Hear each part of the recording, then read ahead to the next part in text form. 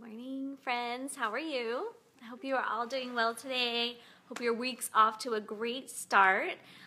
We are just cruising around the house, get everything done we need to done. Everybody's at school and work and forgotten lunches and forgotten money, so we got some errands to run, but it's going to be all good.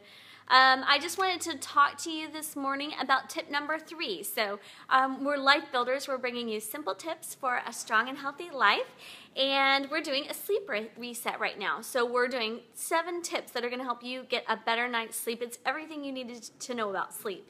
The first day we talked about, hey Cindy, first day we talked about not having blue light for the last 30 minutes before you go to bed. So that's light from your electronic devices. It messes up your melatonin cycle. It makes you stay awake. And then secondly, yesterday we talked about setting a bedtime routine and how important that is, how we did it for our kids because we knew how important it was, but we don't do it for ourselves a lot. So I hope you got a bedtime routine last night. And then today is tip number 3, and today we are talking about what not to do when you wake up in the middle of the night. So, and because of that, I'm going to give you a little history lesson.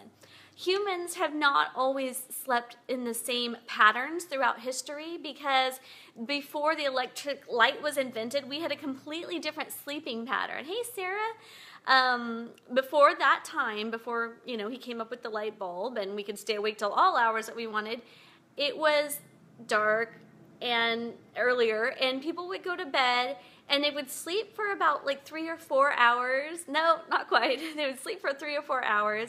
And then they would be awake for a little bit of time in the middle of the night, and then they would go to sleep again for another 3 or 4 hours. And that was your body's natural rhythm, your circadian rhythm, natural circadian rhythm, the natural rhythm of the body. Now, that time of night, in the middle of the night, was often a time of great intimacy. It was a time when great poetry was written. It was a time when great prayers were prayed. And if you look at a lot of literature that we read now, some of it is actually being birthed out of that time at night in the wee hours of the morning that they were awake. And even a lot of people, even now, who are like huge prayer people, they are awake at that time to pray too, because it's just a time of the morning when nothing's going on, and it's just a really special time.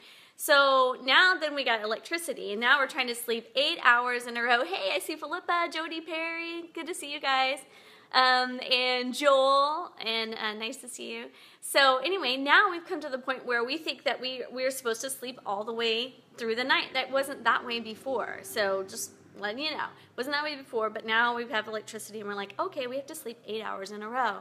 So what happens is when we wake up, I don't know, you guys, okay, give me a like symbol if you've ever done this. You wake up in the middle of the night and you get so stressed out because you can't go to sleep, and you're like, I have to get up in 5 hours and I need to go to sleep, and your brain is going. Has anybody ever done that? Because I've done that a lot of times. And then you can't go back to sleep. Yep, okay, I'm seeing it come now. Yep, I do that all the time. Wake up, stress about it, and then it's like, So here's what not to do. When you wake up in the middle of the night and you stress, it makes you not be able to go back to sleep. So here's what to do. So what not to do is don't stress about it.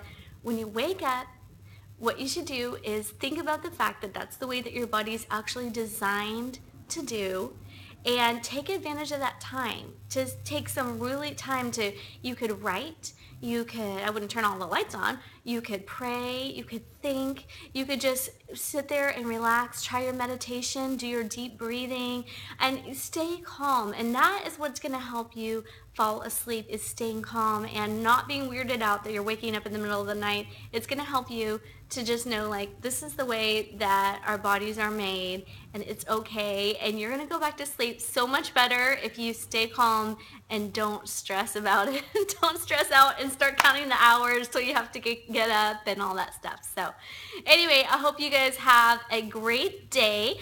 We have some great tips coming up in the next few days. We're going to talk about the perfect temperature for sleeping according to science. We're going to talk about foods to eat and foods to avoid before you go to bed. It's going to be a really interesting one because I learned a lot about that from reading The Sleep Revolution, which is the book I'm bringing this to you from.